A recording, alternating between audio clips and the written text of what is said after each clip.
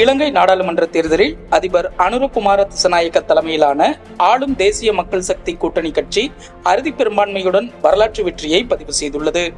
இந்த தேர்தலில் மஹிந்த ராஜபக்சவின் ஸ்ரீலங்கா பொதுஜன பெரமுன கட்சி படுதோல்வி கண்டுள்ளது.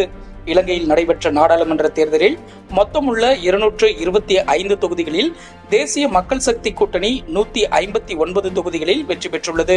இந்த தேர்தலின் போது அதிபர் அனுரகுமார திசாநாயக்க அறுதி பெரும்பான்மை பெறுவது உறுதி என நம்பிக்கை தெரிவித்திருந்தார்.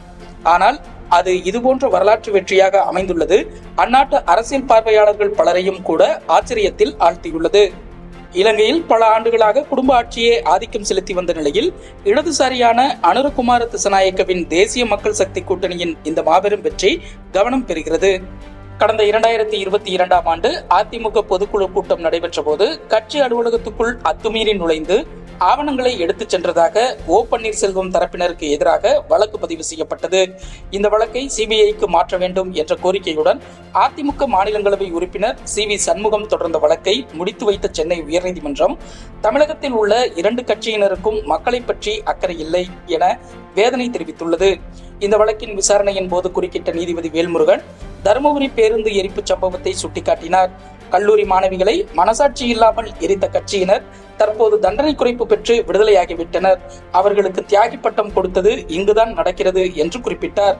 மேலும் தமிழகத்தில் 2 கட்சிகளுக்கும் மக்களை பற்றி அக்கறை இல்லை, அவர்களுடைய சொந்த கட்சியை பற்றி மட்டும்தான் அக்கறை இருக்கிறது.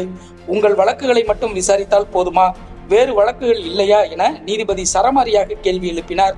மேலும் எந்த கட்சி ஆட்சிக்கு வந்தாலும் அதே காவல்துறையினர் தான் பணியில் இருக்கிறார்கள், தேவையில்லாமல் காவல்துறையினர் மீது குற்றம் சாட்டப்படுகிறதாகவும் நீதிபதி அதிருப்தி தெரிவித்தார். கோவையில் லாட்டரி அதிபர் மார்டின் வீடு உள்ளிட்ட இடங்களில் வெள்ளிக்கிழமை 2வது நாளாக சோதனை நடைபெற்றது. சென்னை கிண்டி உயர் சிறப்பு மருத்துவமனையில் தமிழக பாஜக ஒருங்கிணைப்பு குழு தலைவர் ஹெச் ராஜா வெள்ளிக்கிழமை செய்தியாளர்களை சந்தித்தார். அப்போது மருத்துவர் முறையாக சிகிச்சை வழங்கவில்லை என்பது போன்ற கதைகளை உருவாக்க திமுக மற்றும் அதன் ஊடகங்கள் முயற்சிக்கின்றன. இது வன்மையாக கண்டிக்கத்தக்கது. எனவே இதுபோன்ற கதைகளை உருவாக்க திமுக சார்பு ஊடகங்கள் முயற்சிக்கின்றதாகவும் அது தவிர்க்கப்பட வேண்டும், தேவையற்றது என்றும் அவர் கூறினார். நிலச்சரிவினால் பாதிக்கப்பட்டுள்ள வயநாட்டில் மறுசீரமைப்பு பணிகளுக்கு கூடுதல் நிதி ஒதுக்க மத்திய அரசு மறுப்பது மிகவும் பாரபட்சமானது என்று கேரள நிதியமைச்சர் KN பாலகோபால் தெரிவித்துள்ளார். மேலும் மத்திய அரசின் இந்த நிலைப்பாடு அதன் தீவிர பாரபட்சத்தையே காட்டுகிறது, இதை நியாயப்படுத்த முடியாது என்றும் அவர் கூறியுள்ளார். தமிழகத்தில் இம்மாதம் 21ஆம் தேதி வரை, அதாவது அடுத்த 6 நாட்களுக்கு பரவலாக மிதமான மழை பெய்ய வாய்ப்புள்ளதாக சென்னை வானிலை ஆய்வு மையம் தெரிவித்துள்ளது. பழங்குடியின தலைவர் பிர்சா முண்டாவின் 150வது பிறந்த நாளை முன்னிட்டு ஜமுய் நகரில் நடைபெற்ற பழங்குடியினர் கௌரவ தின விழா கொண்டாட்டத்தில் கலந்து கொண்ட பிரதமர் மோடி பிர்சா முண்டாவின் நினைவாக நினைவு நாணயம் மற்றும் தபால் தலையை வெளியிட்டார்.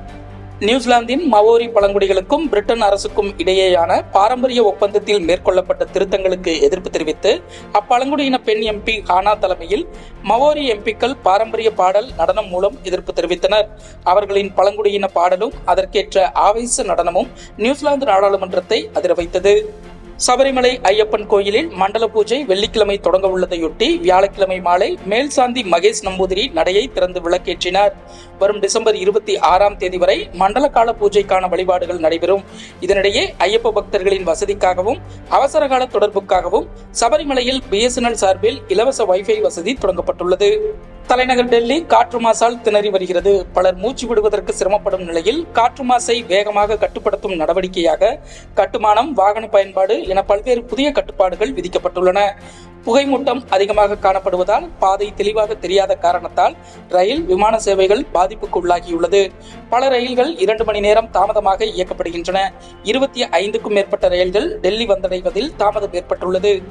டெல்லி முதல்வர் அதிஷி வெளியிட்ட எக்ஸ் பதிவில் நிலைமை சீராகும் வரை டெல்லியில் உள்ள அனைத்து ஆரம்ப பள்ளி மாணவர்களுக்கும் ஆன்லைன் வழியாகவே வகுப்புகள் தொடரும் என்று தெரிவித்துள்ளார். டெல்லியில் அத்தியாவசியமற்ற கட்டுமான கட்டடங்களை இடிப்பது தடை செய்யப்பட்டுள்ளது. மேலும் BS3 பெட்ரோல், BS4 டீசல் வாகனங்கள், டீசல் ஜெனரேட்டர் பயன்பாட்டுக்கு தடை உள்ளிட்ட பல்வேறு கட்டுப்பாடுகள் அமல்படுத்தப்பட்டுள்ளன. காற்று மாசு அதிகமாக இருக்கும் நேரங்களில், குறிப்பாக அதிகாலை மற்றும் மாலை நேரங்களில் பொதுமக்கள் வெளியே செல்வதை தவிர்க்க வேண்டும். தவிர்க்க முடியாத சூழலில் முகக்கவசம் அணிந்து செல்லுமாறு சுகாதாரத்துறை அறிவுறுத்தியுள்ளது.